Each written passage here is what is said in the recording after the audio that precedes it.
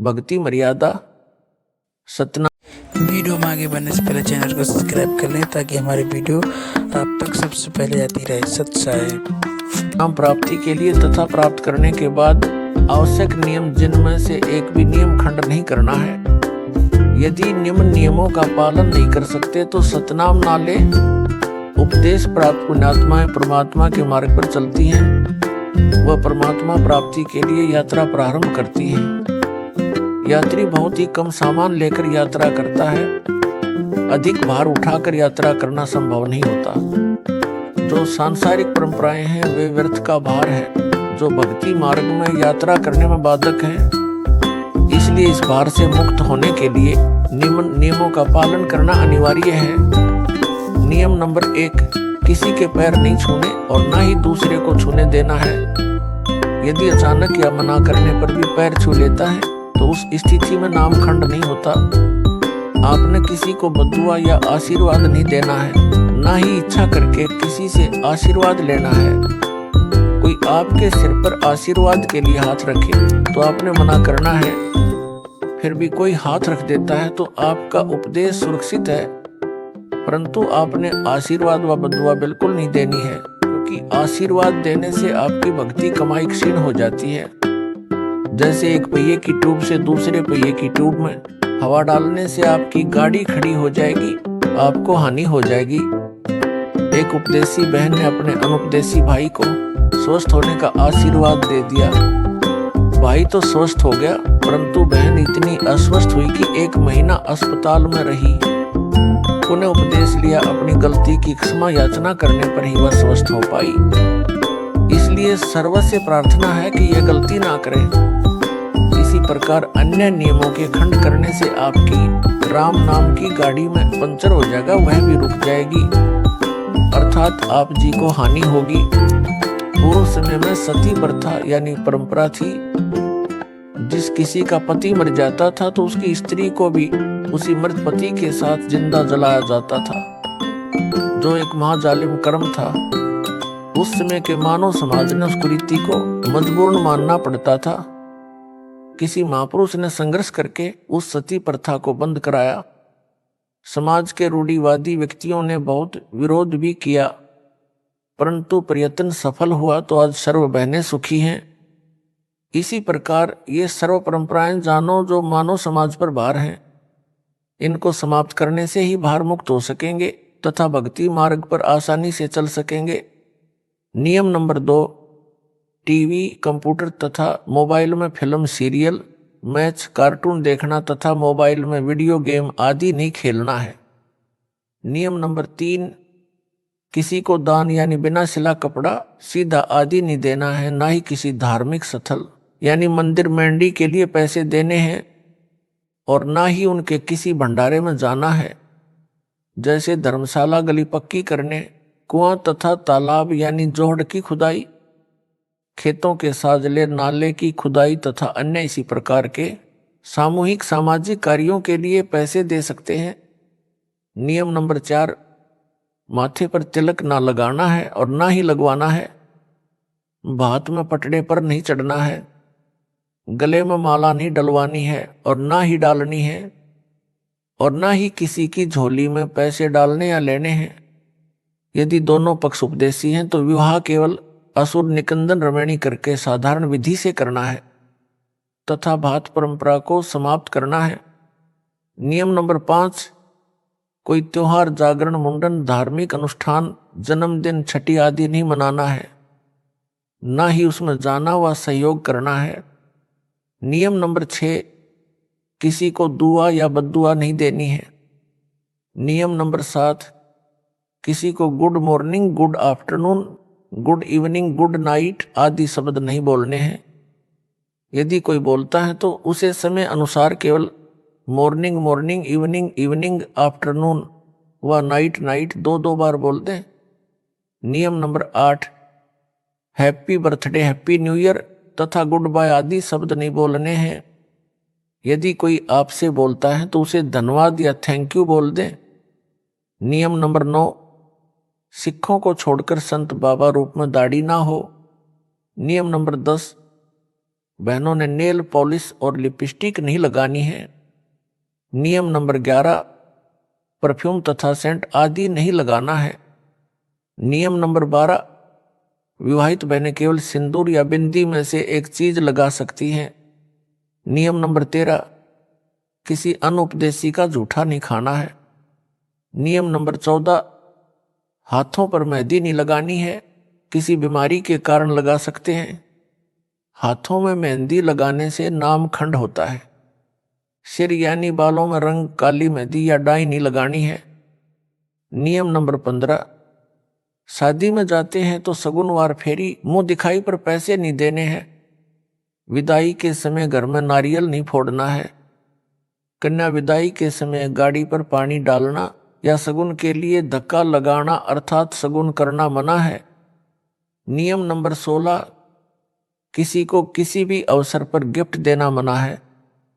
अगर कोई गिफ्ट दे तो कोशिश करनी है ना लो। अगर कोई पीछे से रख जाए या डाक या कोरियर द्वारा भेजे तो उसको रख ले, उनके उपलक्ष्य में कुछ रुपए दान आश्रम में कर दें। नियम नंबर 17, परिवार में किसी के भी शादी हो तो परिवार के अन्य सदस्यों के लिए कपड़े आदि नहीं देने व नहीं लेने हैं। नियम नंबर 18, कन्यादान रूप में कपड़े गहने आदि नहीं देने हैं। रुपए भी इस उपलक्ष्य में देने हैं कि आपने वहां खाना खाया है और बहन के घर जाते हैं तो इसी उद्देश्य से पैसे दे सकते हैं कि आपने वहां खाना खाया है या चाय आदि पी है। यह ध्यान रहे, यदि अधिक धन दे दिया तो आपकी बहन पर आपका ऋण ना हो जाए तथा संस्कार ना जुड़ जाएं, क्योंकि हम संस्कार वश ही यहाँ काल जाल में रह जाते हैं। यदि आप पैसा देना चाहें और बहन ना लेवे तो दोनों ही भार मुक्त हो जाते हैं। यदि बहन बुआ जी आदि उपदेशी हैं तो उनको चाहिए कि वह पैसा रुपए कपड़ा आभूषण कदापि ना लें। प्यार से कहें कि आपने कह दिया, हमने मान लिया। नियम नंबर 19, स्कूल में गायत्री मंत्र बोलते समय ओम शब्द नहीं बोलना है, क्योंकि जिसे गायत्री मंत्र कहते हैं यह यजुर्वेद के अध्याय 36 का मंत्र 3 है। मूल पाठ में ओम मंत्र नहीं है। वेद परमात्मा की अनूठी देन है। इसमें वृद्धि या कटौती करना परमात्मा का अपमान है। लाभ के स्थान पर हानि ही होती है। इसलिए इस मंत्र के साथ ओम नहीं बोलना है। यजुर्वेद के अध्याय 36 मंत्र 3 अर्थात कथित गायत्री मंत्र मात्र परमात्मा की महिमा का एक मंत्र है। इसे पढ़ने से परमात्मा के गुणों का ज्ञान होता है। जैसे बिजली की महिमा कहीं लिखी हो, उसको कविता बनाकर गाते रहने से बिजली के गुणों का ज्ञान तो होता है, परंतु बिजली का लाभ नहीं मिल सकता। लाभ तो बिजली का कनेक्शन लेने से ही मिलेगा।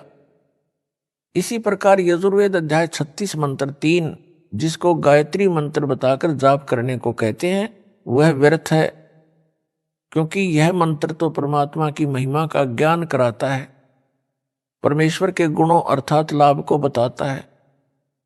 वह लाभ अधिकारी संत से सतनाम व सारनाम की दीक्षा प्राप्त करके अर्थात कनेक्शन लेकर ही प्राप्त हो सकते हैं।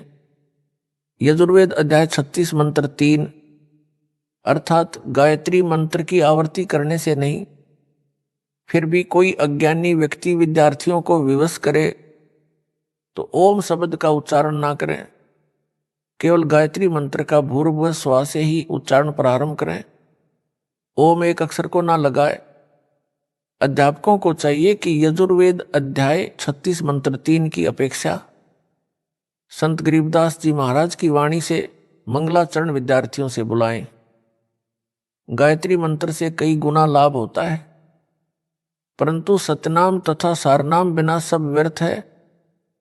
नियम नंबर 20, मुर्दे के अंतिम संस्कार में लकड़ी डाल सकते हैं, कंधे पर या अन्य साधन द्वारा शव को ले जा सकते हैं। नियम नंबर 21, मुर्दे पर एक से अधिक कफन नहीं डालना है। यदि आपसे पहले किसी ने कफन डाल रखा है तो आपने कफन नहीं डालना है, क्योंकि कफन केवल एक ही होता है। अगर पहले कफन डाल रखा है फिर किसी ने एक से ज्यादा कफन डाला है तो नामखंड होता है। नियम नंबर 22, शादी में खाना खा सकते हैं, यह मानकर पैसे दे सकते हैं कि आपने यहां भोजन खाया है। नियम नंबर 23, यदि दोनों पक्ष उपदेशी हैं तो पीलिया देना, छूछक देना बंद करना है।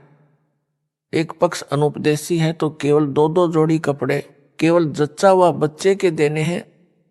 नियम नंबर 24, नौकरी पर ऑफिस में जब कोई रिटायर होता है तो ऑफिस में सभी आपस में पैसे इकट्ठे करके उसे गिफ्ट तथा पार्टी देते हैं, ऐसा कर सकते हैं। यानी इसमें थोड़ा बहुत दे सकते हैं, लेकिन उपदेशी ने कतई नहीं लेना है। नियम नंबर 25, घर में जब बहन आती है तो उसे कपड़े व पैसे नहीं देने हैं। अगर बहन या बेटी अनुपदेशी है तो बहुत कम 1 या 2 जोड़ी कपड़े दे सकते हैं। बच्चों के लिए खाने पीने का सामान दे सकते हैं। और अगर जब बहन के घर जाते हैं तो साथ में बच्चों के लिए फल, मिठाई आदि ले जा सकते हैं। नियम नंबर 26, स्कूल में विदाई पार्टी के समय बच्चे पैसे दे सकते हैं। नियम नंबर 28, यदि गौशाला की कमेटी रजिस्टर्ड है तो रुपए दे सकते हैं, यदि रजिस्टर्ड नहीं है तो चारा आदि दे सकते हैं। नियम नंबर 28, शादी की मिठाई कोई घर में लेकर आए तो और कुछ शादी के नाम के कार्ड के साथ मिठाई लाते हैं तो हृदय से मना करें। फिर भी कोई रख जाए तो खा सकते हैं, उसके बदले में कुछ रुपये आश्रम में दान कर दें, आप पर भार नहीं रहेगा। उपदेशी भगत ने समाज में किसी के विवाह में भी भोजन खा रखा है, उसके लिए विवाह के दिन से कुछ दिन बाद मिठाई व भोजन करवा सकते हैं। यह छूट केवल एक बार है, आगे से विवाह में मिठाई बनाने की परंपरा बंद है, सामान्य भोजन बनाएं। नियम नंबर 29, भगत भाई आपस में उधार सामान एक दूसरे से ले सकते हैं, और अगर आपस में एक दूसरे के घर आते जाते हैं तो बच्चों के लिए खाने पीने का सामान ले जा सकते हैं। नियम नंबर 30, भाई या बहन की आर्थिक स्थिति कमजोर हो तो आर्थिक या अन्य मदद उधार रूप में कर सकते हैं। बहन को चाहिए कि उस पैसे को लौटाए, जिससे उस पर भार नहीं बनेगा। यदि बहन या भाई धन लौटाने में असमर्थ है तो भाई कभी बहन पर तथा बहन भाई पर पैसे लौटाने का दबाव ना बनाए। नियम नंबर 31, लड़की की शादी में माता पिता अपनी लड़की को 4 जोड़ी कपड़े दे सकते हैं, पैसे नहीं। अगर लड़के की शादी में लड़की वाले बगैर नाम वाले हैं और वो अगर जबरदस्ती अपनी लड़की को कुछ देना चाहे तो इसी प्रकार लड़की की शादी में लड़के वाले अनुपदेशी कुछ मांग करें तो स्पष्ट मना कर दें, बिल्कुल नहीं लेना देना है। नियम नंबर 32, जिन लड़कियों का विवाह होता है वे जिन कपड़ों को पहनकर विवाह मंडप अर्थात रमणी में बैठें उन्हीं कपड़ों में अपनी ससुराल जाएं, अन्य पोशाक ना बदलें। किन्हीं परिस्थितियों में बदलनी पड़े, जैसे मिट्टी लग जाए, गीली हो जाए या अन्य कारण से खराब हो जाए तो बदल सकते हैं, अन्यथा नहीं। सुनने में आया है कि कुछ बहनें रमणी में विवाह के समय सामान्य पोशाक पहनती हैं, बाद में तड़क भड़क वाली पोशाक पहनकर ससुराल जाती हैं। वह मर्यादा के विरुद्ध है। विवाह के समय जैसी भी नई या पुरानी पोशाक पहन रखी है उसी को पहनकर ससुराल जाए। अन्य या उपरोक्त परिस्थितियों में पोशाक बदली जा सकती है। नियम नंबर 33, आपके द्वार पर कोई भिक्षुक आता या कहीं बाजार में आपसे कोई भिक्षा मांगता है तो उसे पैसे ना दें, खाना खिला दें। यदि उसको वस्त्र की आवश्यकता है तो वस्त्र बिना सिला ना दें, पुराना या नया सिला हुआ कपड़ा दें। कंबल चद्दर भी पुराना दें, नहीं तो अधिकतर भिक्षुक शराबी कबाबी हैं। नए कपड़ों को बेचकर शराब आदि नशीली वस्तुओं का प्रयोग करते हैं, वह दोष दान करने वाले को भी लगेगा। एक श्रद्धालु ने कहा कि ये अच्छा सा नहीं लगता कि भिक्षुक को रुपए ना दें, आत्मा नहीं मानती। उसके लिए उत्तर तथा एक उदाहरण यह है कि एक भद्र पुरुष ने एक भिखारी को 100 रुपए की भिक्षा दे दी। पहले वह भिक्षुक पाव शराब पीता था, अपनी पत्नी व परिवार को था। उस दिन 100 रुपये प्राप्त होने के कारण उस भिखारी ने आधा बोतल शराब पी ली। शराब के नशे में अपनी पत्नी को पीट डाला। उस भिखारी की पत्नी ने बच्चों समेत आत्महत्या कर ली। उस जेंटलमैन के 100 रुपये के दान ने एक परिवार को उजाड़ दिया। इसका दोष दानकर्ता को है। गीता में लिखा है कि कुपात्र को किया दान लाभ के स्थान पर हानि करता है। कबीर परमेश्वर जी कहते हैं, गुरु बिन माला फेरते, गुरु बिन देते दान, गुरु बिन दोनों निष्फल हैं, पूछो वेद पुराण। नियम नंबर 34, किसी भी नियम के खंडित हो जाने पर आपको परमेश्वर से मिलने वाला लाभ बंद हो जाएगा। जैसे बिजली का कनेक्शन कट जाने पर सर्व लाभ बंद हो जाते हैं, जो कार्य बिजली से होने थे वे रुक जाते हैं। इसी प्रकार परमात्मा की शक्ति से जो आपको तथा आपके परिवार को लाभ मिलना था वह रुक जाता है। एक बहन ने बताया कि उसके पति ने दीक्षा भी ले रखी है, किसी भी नियम का पालन नहीं करता। इसी प्रकार एक भगत ने अपनी पत्नी की शिकायत की।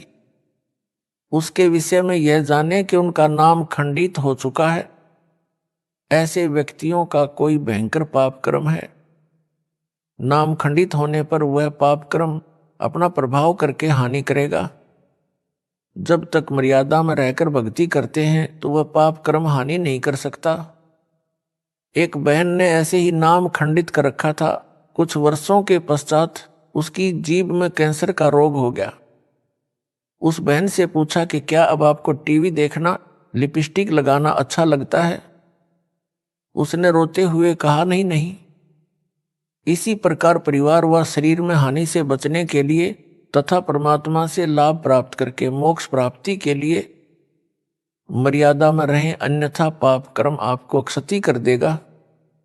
इसलिए सर्व पुण्यात्माओं से पुनः निवेदन है कि सर्व नियमों का विधिवत पालन करके मानव जीवन को सफल बनाए तथा पूर्ण मोक्ष प्राप्त करके सदा सुखी बने, सतलोक में निवास करें।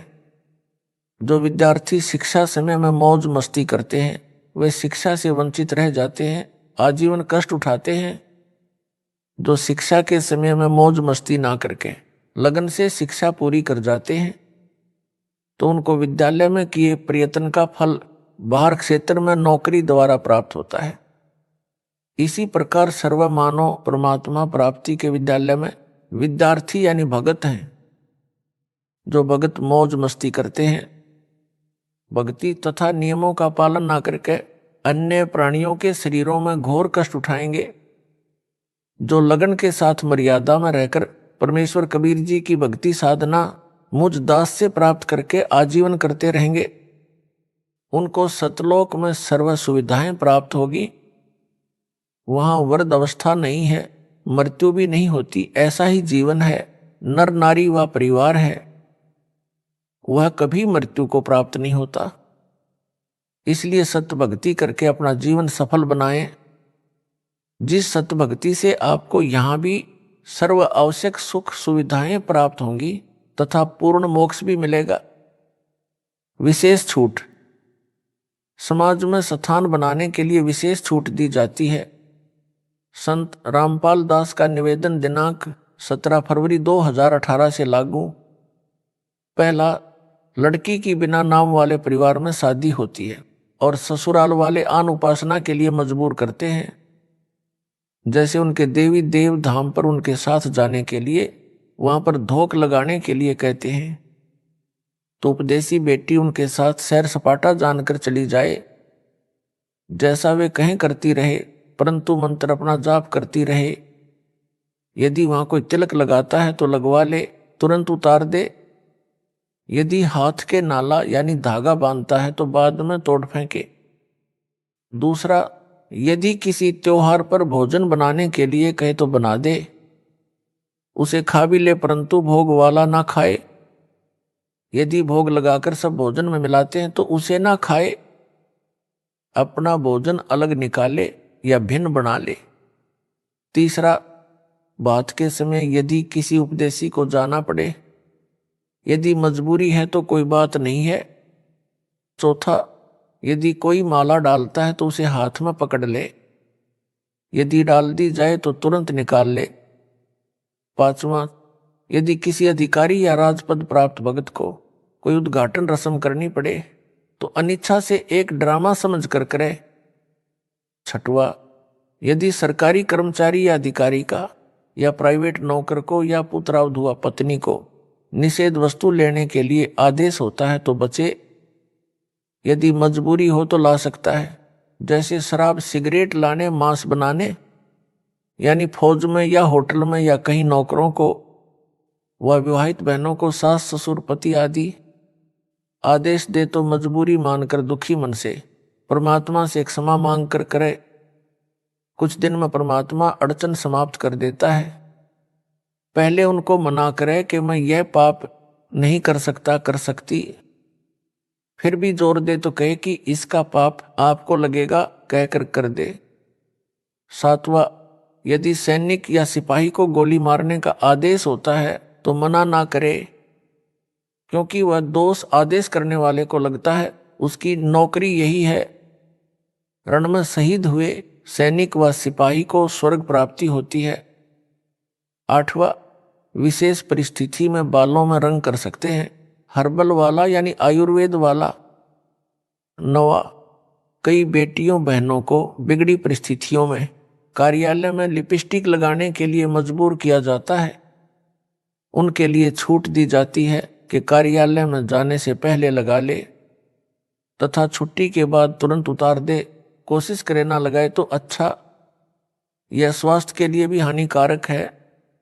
प्रचार प्रसार समिति, सतलोक आश्रम, चंडीगढ़ रोड, बरवाला जिला, हिसार, हरियाणा, भारत। सत साहिब। ऐसे ही वीडियो देखने के लिए हमारे चैनल को सब्सक्राइब कर लें और नोटिफिकेशन को जरूर ऑन कर लें ताकि